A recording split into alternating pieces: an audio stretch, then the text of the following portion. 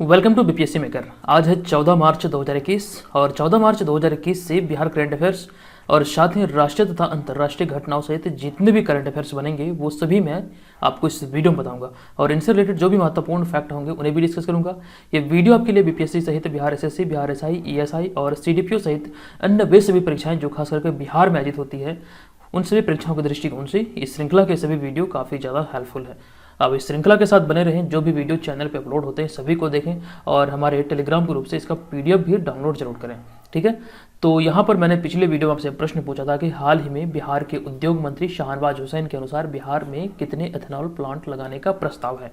तो इस प्रश्न का सही उत्तर था ऑप्शन नंबर ए, यानी कि 20 एथेनॉल प्लांट लगाने का प्रस्ताव है बिहार में। तो सही आंसर है इस प्रश्न का ऑप्शन नंबर ए। चलिए यहाँ पे पहले प्रश्न पे आते हैं और आपको बता दूं कि यहाँ पर जितने प्रश्न हम देखेंगे वो सभी के सभी प्रश्न बिहार में आयोजित होने वाले किसी भी कम्पिटेटिव एग्जाम की अगर तैयारी में आप लगे हैं तो सभी एग्जाम के दृष्टिकोण से ये करंट अफेयर्स आपके लिए उपयोगी है। इस श्रृंखला के सभी वीडियो को देखने का आप आदत बनाएं और निरंतर हमारे चैनल पर जो भी वीडियो अपलोड होते हैं सभी को देखें। ये निसंदेह ही आपके लिए काफ़ी ज़्यादा इंपॉर्टेंट होगा। ठीक है, तो वीडियो के साथ बने रहें। वीडियो के अंत में मैं आपको एक प्रश्न पूछूंगा जिसका आंसर आपको कमेंट बॉक्स में कमेंट करके बताना है। चलिए, पहला प्रश्न है कि हाल ही में बिहार के किस महिला को साहित्य अकादमी अवार्ड मिला है। हाल ही में बिहार की किस महिला को साहित्य अकादमी अवार्ड मिला है। इस प्रश्न का राइट आंसर होगा ऑप्शन नंबर सी, यानी कि अनामिका। अनामिका जो कि हिंदी में कविता संग्रह के लिए एक पुरस्कार पाने वाले देश की पहली महिला साहित्यकार बनी है। ये ध्यान रखिएगा, ये बिहार की है। तो अभी हाल ही में साहित्य अकादमी अवार्ड से इन्हें सम्मानित किया गया है। ऑप्शन नंबर सी यहाँ पर इस प्रश्न का राइट आंसर होगा। अभी अभी बात आई है बिहार की, तो एक बार पुनः आप रिवाइज कर लीजिए। गवर्नर है वर्तमान में Phagu Chauhan, chief minister Nitish Kumar, capital Patna, राजकीय पक्षी गौरैया, राजकीय पशु बैल, राजकीय वृक्ष पीपल, राजकीय फूल गेंदा। और यहाँ पे मैप पे आप देख सकते हैं ये बिहार की स्थिति है। ठीक है, और यहाँ पे मैं आपको बता दूँ कि बिहार के जो बोधि वृक्ष है ये और बोधि वृक्ष के दोनों साइड यानी कि दो जो स्वास्तिक है, दो स्वास्तिक के बीच में बोधि वृक्ष, ये बिहार का राजकीय चिन्ह है। ये आप ध्यान रखिएगा, दो स्वास्तिक के बीच में बोधि वृक्ष। अब दूसरा प्रश्न है, निम्नलिखित में से किस राज्य ने हाल ही में सड़कों के किनारे से धार्मिक स्थल हटाने की घोषणा की है। किस राज्य सरकार ने भी हाल ही में सड़कों के किनारे से धार्मिक स्थल हटाने की घोषणा की। तो इस प्रश्न का राइट आंसर होगा ऑप्शन नंबर बी, यानी कि उत्तर प्रदेश। हाल ही में मुख्यमंत्री योगी आदित्यनाथ ने एक आदेश जारी करके सड़कों, गलियों और फुटपाथों के किनारे सभी धार्मिक स्थल को हटाने की घोषणा की है। ये ध्यान रखिएगा आप, इसका जो राइट आंसर होगा ये हो जाएगा ऑप्शन नंबर सी, ये ऑप्शन नंबर बी, यानी कि उत्तर प्रदेश। अब यहाँ पे बात आई है उत्तर प्रदेश की, तो उत्तर प्रदेश से रिलेटेड जो भी महत्वपूर्ण फैक्ट होंगे जो एग्जाम में पूछे जाएंगे उन्हें देख लेते हैं। तो आप यहाँ पे मैप में देख सकते हैं, ये है उत्तर प्रदेश की स्थिति मैप पर। और उत्तर प्रदेश भारत का एक राज्य है, यह भारत में सबसे अधिक जनसंख्या वाला राज्य है और साथ ही दुनिया में सबसे अधिक जनसंख्या वाला देश उपखंड है। यह 1 अप्रैल 1937 को ब्रिटिश शासन के दौरान संयुक्त प्रांत आगरा व अवध के रूप में स्थापित किया गया था। ब्रिटिश शासनकाल में इसे यूनाइटेड प्रोविंस कहा जाता था, यानी कि उत्तर प्रदेश को ब्रिटिश शासनकाल के दौरान यूनाइटेड प्रोविंस कहा जाता था, जो कि 1950 में बदलकर उत्तर प्रदेश हो गया। उत्तर प्रदेश की राजधानी जो है ये लखनऊ है, जो कि राज्य का सबसे बड़ा शहर भी है।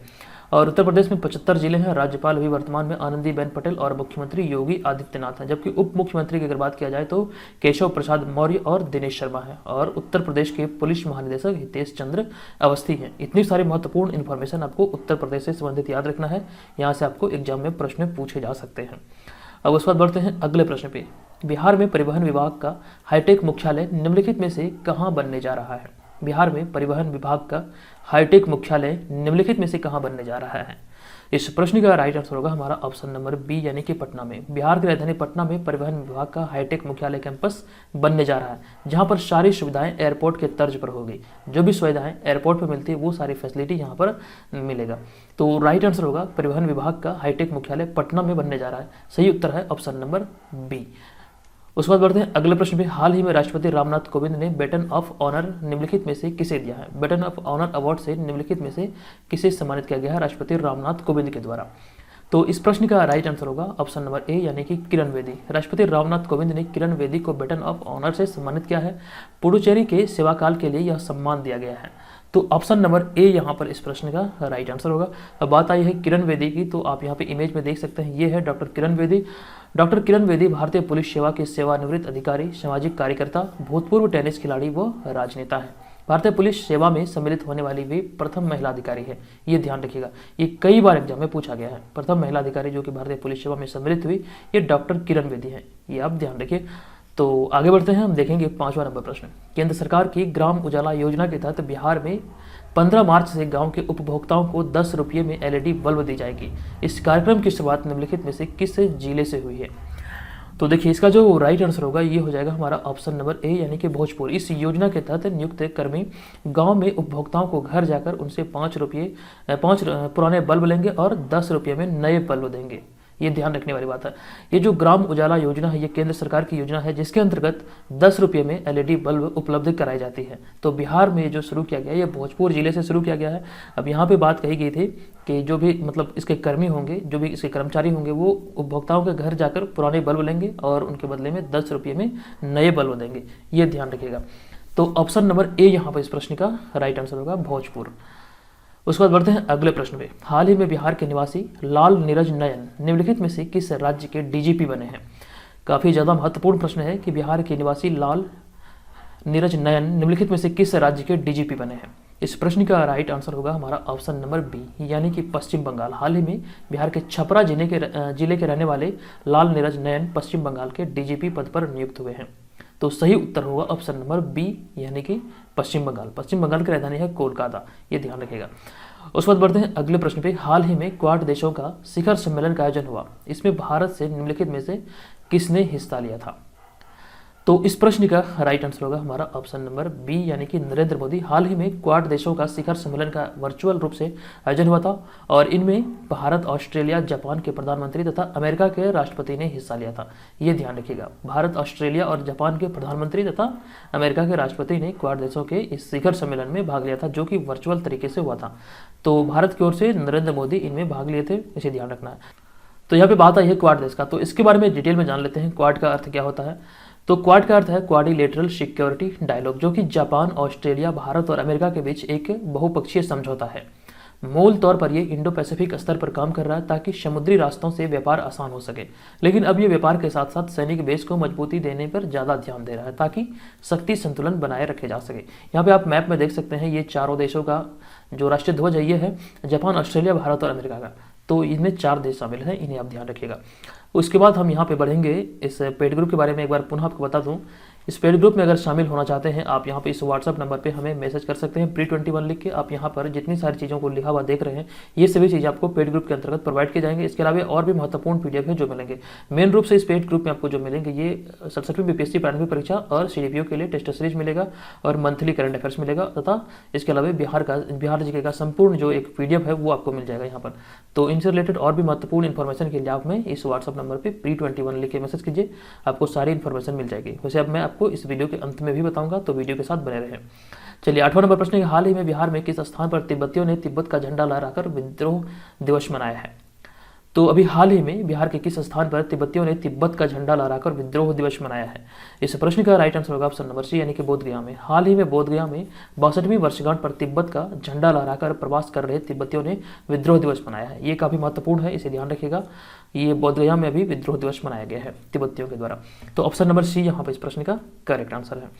उसके बाद बढ़ते हैं अगले प्रश्न पे। हाल ही में आज़ादी का अमृत महोत्सव समारोह का शुभारंभ निम्नलिखित में से किसके द्वारा किया गया है? हाल ही में आज़ादी का अमृत महोत्सव समारोह का शुभारंभ निम्नलिखित में से किसके द्वारा किया गया? इस प्रश्न का राइट आंसर होगा ऑप्शन नंबर ए, यानी कि नरेंद्र मोदी। प्रधानमंत्री मोदी ने आज़ादी का अमृत महोत्सव से संबंधित गतिविधियों और समारोहों का शुभारंभ किया अभी हाल ही में। तो ऑप्शन नंबर ए यहाँ पे इसका करेक्ट आंसर है। बात आई है नरेंद्र मोदी की, तो इनसे रिलेटेड महत्वपूर्ण जो प्रश्न बन सकते हैं आपके एग्जाम में, उन्हें देख लेते हैं। इनका जो पूरा नाम है ये है नरेंद्र दामोदर दास मोदी। जन्म 17 सितंबर 1950 को हुआ था, जो कि 26 मई 2014 से लगातार दूसरी बार भारत के प्रधानमंत्री बने हैं और ये वाराणसी से लोकसभा सांसद भी चुने गए हैं। वे भारत के प्रधानमंत्री पद पर आसीन होने वाले स्वतंत्र भारत में जन्मे प्रथम व्यक्ति हैं। ये भी ध्यान रखिएगा, ये महत्वपूर्ण है कि प्रधानमंत्री पद पर आसीन होने वाले स्वतंत्र भारत में जन्मे प्रथम व्यक्ति हैं। और इससे पहले 7 अक्टूबर 2001 से 22 मई 2014 तक वे गुजरात के मुख्यमंत्री रह चुके हैं। और मोदी भारतीय जनता पार्टी एवं राष्ट्रीय स्वसेवक संघ यानी कि RSS का सदस्य भी हैं। तो इतनी सारी महत्वपूर्ण जानकारी आप यहाँ पे याद रख सकते हैं प्रधानमंत्री मोदी से संबंधित। उसके बाद बढ़ते हैं अगले प्रश्न पे। हाल ही में निम्नलिखित में से कौन सा देश कोविड-19 की दूसरी लहर का सामना कर रहा है? इस प्रश्न का राइट आंसर होगा ऑप्शन नंबर सी, यानी कि ब्राजील। हाल ही में ब्राजील कोविड-19 की दूसरी लहर का सामना कर रहा है, जिसे आमतौर पर ब्राजील संस्करण कहा जा रहा है। ये ध्यान रखिएगा, कोविड-19 का दूसरा संस्करण, मतलब यहाँ पे इसका प्रकोप देखा गया है, जिसे कि ब्राजील संस्करण भी कहा जा रहा है। तो तो ऑप्शन नंबर सी यहाँ पे इस प्रश्न का राइट आंसर होगा ब्राज़ील। अब बात आई है ब्राज़ील की, तो ब्राज़ील को यहाँ पे देख लेते हैं। मैप में जो स्थिति है ब्राज़ील की ये है और ये इसका राष्ट्रीय ध्वज है। ब्राज़ील दक्षिण अमेरिका का एक सबसे विशाल और महत्वपूर्ण देश है। यह दक्षिण अमेरिका के मध्य से लेकर अटलांटिक महासागर तक फैला हुआ है। यहाँ की अमेजन नदी विश्व की सबसे बड़ी नदियों में से एक है। इसका मुहाना यानी कि डेल्टा क्षेत्र अत्यंत उष्ण और आर्द्र क्षेत्र है, जो कि एक विषुवतीय प्रदेश है। ब्राज़ील का पठार विश्व के प्राचीनतम स्थल खंड का अंग है और ब्राज़ील जो पहले मतलब ये जो आज़ाद है, लेकिन उससे पहले ये गुलाम था और ये पुर्तगाल का गुलाम था। इन्होंने पुर्तगालियों से ही आज़ादी पाई है, तो ये भी आप ध्यान रखिएगा। ब्राज़ील की राजधानी है ब्रासिलिया और राष्ट्रपति है जायर बोल्सोनारो, ये ध्यान रखिएगा। ब्राज़ील से इतनी सारी महत्वपूर्ण जानकारी को आपको ध्यान रखना है। उसके बाद बढ़ते हैं अगले प्रश्न पे। हाल ही में ब्रिक्स संपर्क समूह की पहली बैठक कब से कब तक आयोजित की गई है? हाल ही में ब्रिक्स संपर्क समूह की पहली बैठक कब से कब तक आयोजित की गई है? राइट आंसर होगा ऑप्शन नंबर डी, यानी कि 9 से 11 मार्च के बीच आयोजित की गई। हाल ही में भारत के नेतृत्व में आर्थिक और व्यापार के मुद्दे पर ब्रिक्स संपर्क समूह की पहली बैठक, यहाँ पे बैठक गलती लिखा गया है, तो यहाँ पे बैठक होगा, बैठक 9 से 11 मार्च के बीच आयोजित की गई है, ये ध्यान रखिएगा। राइट आंसर होगा हमारा ऑप्शन नंबर डी। अब यहाँ पे बात आई है ब्रिक्स देशों की, तो इनसे रिलेटेड यहाँ पे फैक्ट को देख लेते हैं। ब्रिक्स यानी कि BRICS उभरती राष्ट्रीय अर्थव्यवस्थाओं के एक संघ का शीर्षक है और इसके घटक राष्ट्र जो है, मतलब इसमें जो भी देश शामिल है, ये है ब्राज़ील, रूस, भारत, चीन और दक्षिण अफ्रीका। इन्हीं देशों के अंग्रेजी नाम के प्रथम अक्षरों BRICS से मिलकर इसका मतलब नामांकन हुआ है। यहाँ पे आप देख सकते हैं BRICS, यानी कि ब्राज़ील, रूस, इंडिया, चाइना और साउथ अफ्रीका यानी कि दक्षिण अफ्रीका। इसकी स्थापना वर्ष 2019 में हुई और इसके स्थापना मतलब इसके अभी वर्तमान में 5 सदस्य हैं, 5 सदस्य देश हैं। मूलतः 2010 में दक्षिण अफ्रीका के शामिल हो जाने के पहले इसे ब्रिक के नाम से जाना जाता था। तो अभी हाल ही में मतलब 2010 में इसमें दक्षिण अफ्रीका शामिल हो, उसके बाद से इसमें एस जोड़ा गया, यानी कि अब ब्रिक्स कहलाता है। रूस को छोड़कर ब्रिक्स के सभी सदस्य विकासशील या नव औद्योगिकृत देश हैं, ये ध्यान रखिएगा।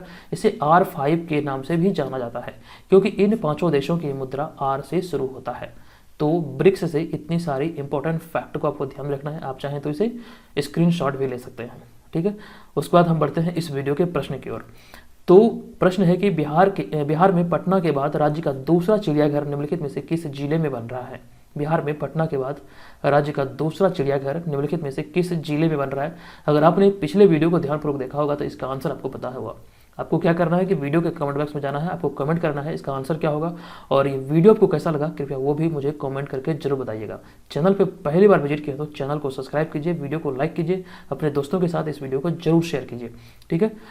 तो यहाँ पर जो मैंने आपको बताया था कि पेड ग्रुप के बारे में, जो 67वीं BPSC प्रारंभिक परीक्षा और CDPO प्री एग्जाम के लिए है, तो यहाँ पर इस व्हाट्सअप नंबर पे आप हमें मैसेज करें pre21 लिख के, और आप चाहें तो इस पर हमें कॉल भी कर सकते हैं। इसमें है कि आपको 399 यानी कि 399 रुपये का पेमेंट करना होगा और ये वन टाइम पेमेंट होगा 1 वर्ष के लिए, जिसके अंतर्गत सभी मटेरियल प्री एग्जाम के लिए जो भी महत्वपूर्ण PDF होंगे वो सभी आपको इसके अंतर्गत प्रोवाइड किए जाएंगे, जिसका प्रिंट आउट निकाल के आप बेहतर तरीके से अपनी तैयारी को अंजाम दे सकते हैं।